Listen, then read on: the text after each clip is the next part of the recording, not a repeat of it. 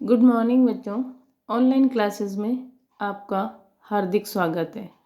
आज अपन पढ़ रहे हैं कक्षा 9th की समकालीन भारत की बुक, उसका चैप्टर नंबर 4। देखिए, चैप्टर नंबर 4 है अपने पास जलवायु। आप सभी को पता होगा मौसम, जलवायु वह होता है जो कि बहुत लंबे समय तक जो मौसम रहता है उसे हम कहते हैं जलवायु, कई वर्षों तक। जैसे अपन कहते हैं ना, अगर हम जाएं शिमला कि वहाँ कैसा है, ठंडा मौसम है। राजस्थान गर्म मौसम है, गर्म जलवायु है, सॉरी मौसम नहीं, ठीक है। तो लंबे समय तक जो चीज़ रहती है उसे हम जलवायु कहते हैं।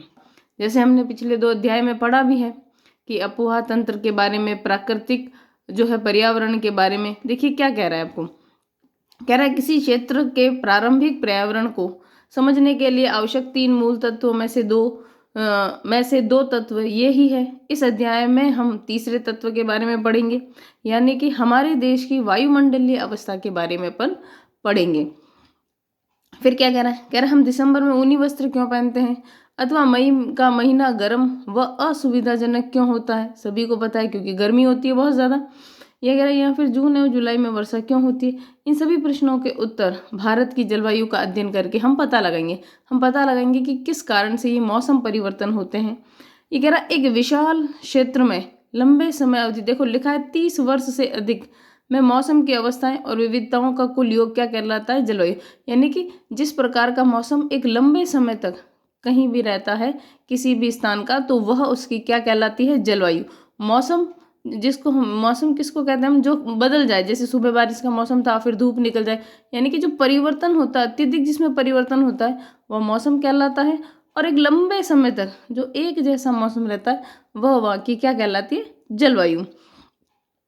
कह रहा है मौसम एक विशेष समय में एक क्षेत्र के वायुमंडल की अवस्था को बताता है। मौसम तथा जलवायु के तत्व, देखो ये इंपॉर्टेंट बात है कि मौसम और जलवायु के तत्व कौन कौन से होते हैं, क्योंकि इन्हीं सब से मिलकर जलवायु, मौसम, इन सब पे फर्क पड़ता है। तापमान यानी कि टेम्परेचर क्या है, वायुमंडलीय दाब यानी कि वहाँ दाब की कैसी अवस्था बनती है। आप सबने हमने पहले पढ़ा था कि जहाँ पर कम दाब की कमी होती हवा उसकी ओर बहती है। पवन यानी कि वायु की क्या आर्द्रता है, पवन कैसी चल रही है। आर्द्रता यानी कि आपकी जलवायु में नमी कितनी है। और वर्षण एक ही होते हैं। लेकिन आपने अवश्य ध्यान दिया होगा कि मौसम की अवस्था प्राय एक ही दिन में कई बार बदलती है। मैंने आपको बताया मौसम क्या है, पल पल बदलता है, जिसके अंदर हम कह सकते हैं सुबह बारिश का मौसम था, फिर धूप निकल गई, फिर वापस शाम को बारिश का मौसम हो गया। इस तरह से एकदम से सर्दी बढ़ जाती है, एकदम से गर्मी बढ़ जाती है, यानी कि जो प्रतिदिन बदलता है उसको हम क्या कहेंगे, मौसम कहेंगे। आगे देखिए कह रहा है लेकिन फिर भी कुछ सप्ताह महीनों तक वायुमंडलीय अवस्था लगभग एक समान बनी रहती है। जैसे ये सर्दी का मौसम है तो आपको पता है 3 से 4 महीने सर्दी रहेगी। ये कह रहा है जैसे दिन गर्म या ठंडे, हवादार या शांत हो सकते हैं, आसमान बादलों से घिरा हो सकता है या साफ अथवा आर्द्र या शुष्क हो सकता है। ये सब मौसम की बातें हैं। महीनों के औसत वायुमंडलीय अवस्था के आधार पर ये कह रहा वर्ष को ग्रीष्म, शीत या वर्षा ऋतुओं में विभाजित किया गया। आप सभी को पता है सामान्यतः हम 3 जो है मौसम की बात करते हैं कि भाई गर्मी आएगी, सर्दी आएगी और बारिश का मौसम आएगा। ये कह रहा विश्व को अनेक जलवायु प्रदेशों में बांटा गया है।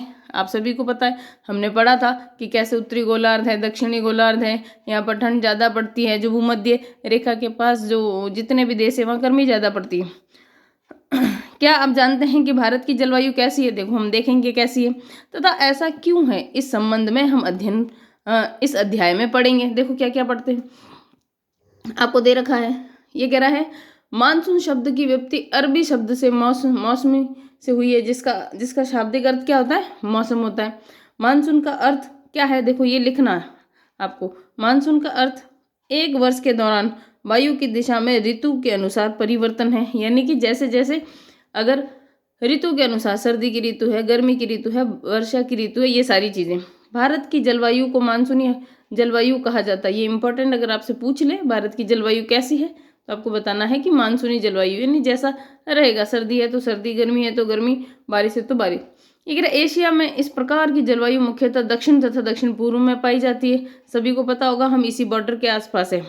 सामान्यतः प्रतिरूप में लगभग एक रूपता होते हुए भी देश की जलवायु अवस्था को स्पष्ट प्रादेशिक भिन्नताएं। आप सभी को पता है कि जैसे शिमला वगैरह हम चले जाएं, वहाँ ठंड रहती है, गर्मियों में भी ठंड रहती है। हमारे राजस्थान में जहाँ भयंकर गर्मी पड़ती है तो वहाँ पर ठंड रहती है। तो देखिए विभिन्न विभिन्न है। हमारे भारत में सभी प्रकार के मौसम है, जैसे बर्फ भी गिरती है, रेगिस्तान भी है, बहुत ज़्यादा बारिश भी होती है, सूखा भी होता है, सभी प्रकार के। ये कह रहा आइए हम दो महत्वपूर्ण तत्व तापमान और वर्षण को लेकर देखें कि एक स्थान से दूसरे स्थान पर तथा एक मौसम से दूसरे मौसम में इनमें किस प्रकार भिन्नता है। गर्मियों में राजस्थान में मरुस्थल में कुछ स्थानों पर देखो तापमान कितना हो जाता है, 50 डिग्री तक पहुंच जाता है, जबकि जम्मू कश्मीर में पहल में तापमान कितना रहता है, 20 डिग्री से 20 सेंटीग्रेड 20 रहता है। ये कह रहा सर्दी की रात में जम्मू कश्मीर में द्रास में देखो कहीं -45 हो जाता है, और जबकि हम कहते हैं साउथ साइड में 22 डिग्री रहता है। आपको पता होगा समुद्र के किनारे जो है सर्दियाँ नहीं होती, सामान्यतः एक जैसा मौसम रहता है। ये कह रहा है कुछ क्षेत्रों में रात एवं दिन के तापमान में बहुत अधिक अंतर होता है। बिल्कुल, आप जैसलमेर जाएंगे वहाँ आपको दिन का तापमान बहुत अधिक लगेगा और रात का बहुत कम। थार के मरुस्थल में दिन का तापमान 50 डिग्री हो जाता है और जबकि रात को कितना हो जाता है, 15। क्यों? क्योंकि वहाँ रेत है और सामान्यतः रेत जल्दी गर्म होती है और जल्दी ही ठंडी होती है, इसीलिए वहाँ पर ऐसा होता है। दूसरी ओर केरल या अंडमान निकोबार के दिन एवं रात तापमान लगभग कैसे होते हैं, सामान्य होते हैं। अब वर्षण की ओर ध्यान दें। वर्षण के रूप में तथा प्रकार में ही नहीं बल्कि इसकी मात्रा एवं ऋतु के अनुसार वितरण में भी भिन्नता होती है। हिमालय में वर्षण अधिकतर हिम के रूप में होता है तथा देश के शेष भाग, क्या कह रहा है देखिए, देश के शेष भाग में यह वर्षा के रूप में होता है। वार्षिक वर्षण में भिन्नता मेघालय में 400 सेंटीमीटर से लेकर लद्दाख एवं पश्चिमी राजस्थान में यह 10 सेंटीमीटर से भी कम होती है। आप सभी को पता है कि राजस्थान में बारिश बहुत ही कम होती है। ये कह रहा देश के अधिकतर भागों में जून से सितंबर तक बारिश होती है। ये आप सभी को पता है, लगभग 15 जून के बाद हमारे यहाँ मानसून आ जाता है जो कि सितंबर तक रहता है। लेकिन कुछ क्षेत्रों में तमिलनाडु तट पर अधिकतर वर्षा कब होती है, अक्टूबर और नवंबर। आप देख रहे होंगे अभी सर्दी है और अभी भी बारिश हो रही है जो कि पछुआ हवाओं के कारण होती है। सामान्य रूप से तटीय क्षेत्रों में तापमान में अंतर कम होता है। बिल्कुल, मैंने आपको कहा जहाँ भी समुद्री इलाके हैं वहाँ सामान्यतः ठंड न के बराबर पड़ती है। सामान्यतः पूरे वर्ष भर एक ही मौसम रहता है। देश के आंतरिक भागों में मौसमी या ऋतुनिष्ठ अंतर अधिक होता है। उत्तरी मैदान में वर्षा की मात्रा सामान्यतः पूर्व से पश्चिम की ओर घटती है। ये भी आपको लिखना है। ये कह रहा है यह विभिन्नताएं लोगों के जीवन में विविधता लाती है जो कि भोजन, वस्त्र, घरों के प्रकार को दिखाती है। आप सभी को पता होगा, कश्मीर चले जाइए, सबकी छतों पर इस तरह से टेन लगे होते हैं ताकि कि फ्लैट छत नहीं होती, ताकि बर्फ गिरे और वह नीचे गिर जाए, उस छत पर नहीं रहे। हमारे यहाँ सभी की यहाँ फ्लैट छतें होती है, बारिश का पानी भी हम इकट्ठा करते हैं। इस तरह से हमारे अलग अलग जलवायु के कारण रहन सहन, खान पीन सब अलग अलग होता है। आप सभी इस पैराग्राफ में जितना अपन ने पढ़ा, जितने क्वेश्चन आए उसको करने की कोशिश करना। धन्यवाद।